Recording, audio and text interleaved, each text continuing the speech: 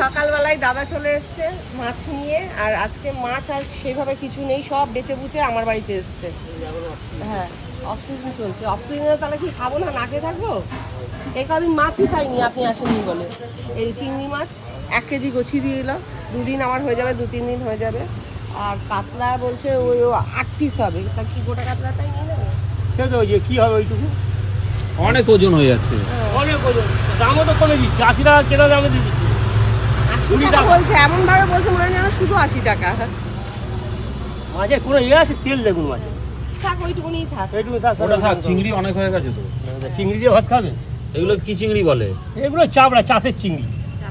Original এই চাবড়া যদি হয় হ্যাঁ। 800 টাকা কেজি, 700 লেগে। তো চাষের চিংড়ি তো টেস্ট হবে না। না, এটা তো উড়িষ্যার চিংড়ি, আমি তো বলে দিচ্ছি।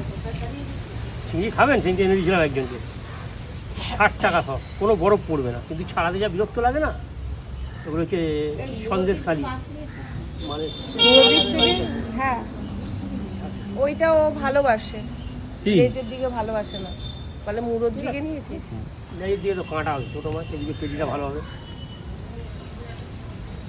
তা চলো, মা ওদিকে চা বসিয়েছে, চা খাবো, আর এদিকে দাদা মাছ খাচ্ছে। দাদা আজকে আমার কাছে আবদার করেছে দাদাও চা খাবে, আমি বললাম অবশ্যই, আমার সৌভাগ্য। তা চলো, পরে আবার আসছি।